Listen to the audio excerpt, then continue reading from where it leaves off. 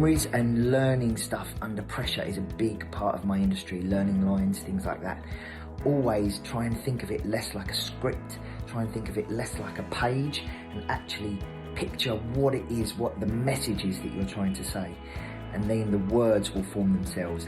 If you end up paraphrasing, that's fine, as long as you are clear on the exact message that you're trying to say, and the words will just come. I'm stood in front of the Hull University Library, and this is where I spent most of my time studying for my 3-year undergraduate degree.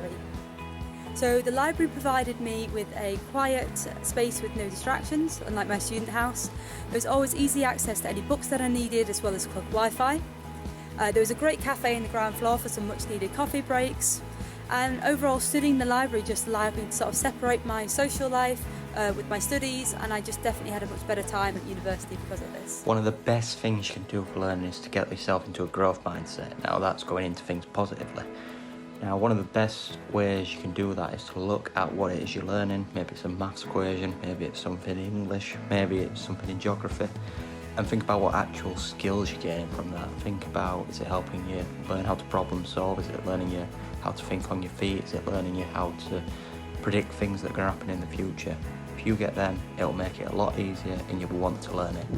Hi, it's Natasha from Humber Outreach Programme. So when I was a student, one of the things I did to create a healthy work-life balance at home is make sure I reward myself. So how I earned rewards was I'd section out books like this, so textbooks. I'd put little markers at the end of each section. Once I reached that section, I'd get somebody to test me on it to make sure that I knew what I was doing, I knew exactly what I'd just read. I put them in a jar, pick them out, so I didn't know what reward I was getting. So there could be things such as time online, treat yourself with some food, a study break, whatever it was. And that would help me keep motivated and help me balance my time well. Now remember, memory is fed by emotion. There's a really good phrase, which is, memory is the residue of thought. When you revise, all you're trying to do is recall memories. You can recall them better the more you revise them in different ways, and the stronger you form the original memory anyway. So my memory, I'm not gonna take that wrong route along this mountain in Edinburgh again, because I'm being stung by a nettle and treading in cow poo.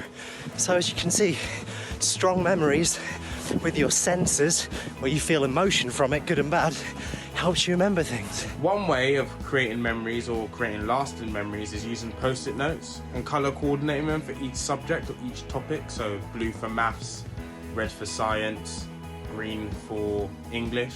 Or another thing you could do is learn your facts in a weird voice, because if you remember them in your weird voice, you're most likely to remember them in a normal voice. So, the capital city of Canada is Ottawa. Ottawa. Repeat, if it's something you need to remember and it's something that's important to you, repeat the process as much as you can so it's embedded in your mind. It's almost muscle memory. Take notes. Notes are always good old pen and paper, man. You can't go wrong with it. Yeah? Always take notes. To help your memory, you should try using a technique called active recall, which is when you do little and often revision instead of 5 hours of passive revision. So for example, the day after you've learnt something new, you should go over it for 5 minutes to just refresh your memory. Also, you should try and condense your notes so it's only the key information that you're learning instead of a more long-winded. So one of the most important things within your learning is the environment you're doing it in. So that might be at school, that might be at home. I'm going to quickly show you the environment I do my working at home. So this is what my little home office looks like. So I've got my laptop, got my iPad, got space for tea, a nice little plant to boost the mood, and this little guy who I like to have by my side when I'm working. Now it's important to have a good environment that helps you concentrate and have little things to do to help boost you on. So for example, what I do is I make a little to-do list, and whenever I finish something, I give it a big tick. That might be something you do to help keep you concentrated. A second quote I wish I had up around my room when I was revising is this one. So a little bit of progress each day adds up to big results.